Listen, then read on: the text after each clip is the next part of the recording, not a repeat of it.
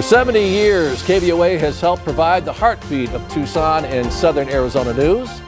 And we want to take you back to some of those early years and introduce you to a couple of people who were part of the foundation of this television station. Here's News 4 Tucson's Eric Fink. This building here in Midtown is home to KVOA and has been for generations. Nearly 50 years ago, a Tucson man and his business partners took a chance on a vision and got into the local TV news business. And that decision changed Tucson television. Some of the earliest days of KVOA are memorialized in black and white pictures. Staff members both on and off the air. In the late 60s, Don Pitt was part of the ownership group that founded the Phoenix Suns. A few years later, Pitt and his partners, including Don Diamond, bought KVOA from the Pulitzer Publishing Company, making KVOA the first locally owned TV station in town. Our attitude was a lot of strong community news and very balanced editorials.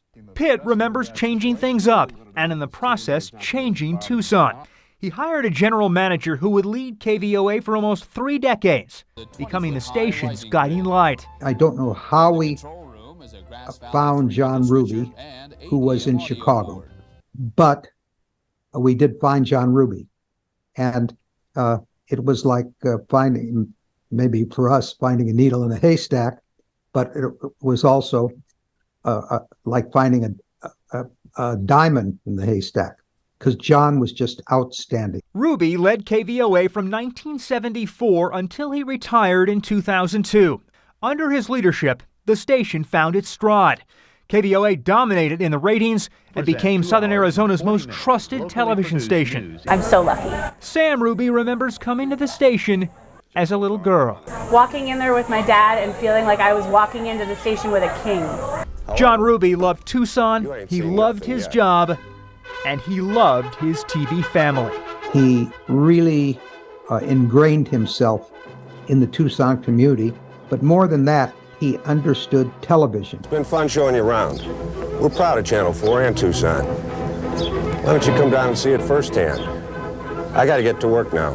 I wonder how the IRS wants me to log this damn thing.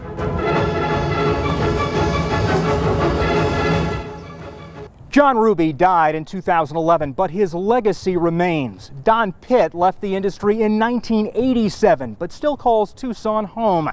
The 93-year-old says his greatest contribution to KVOA, putting together a good team that earned the respect and the trust of Southern Arizona.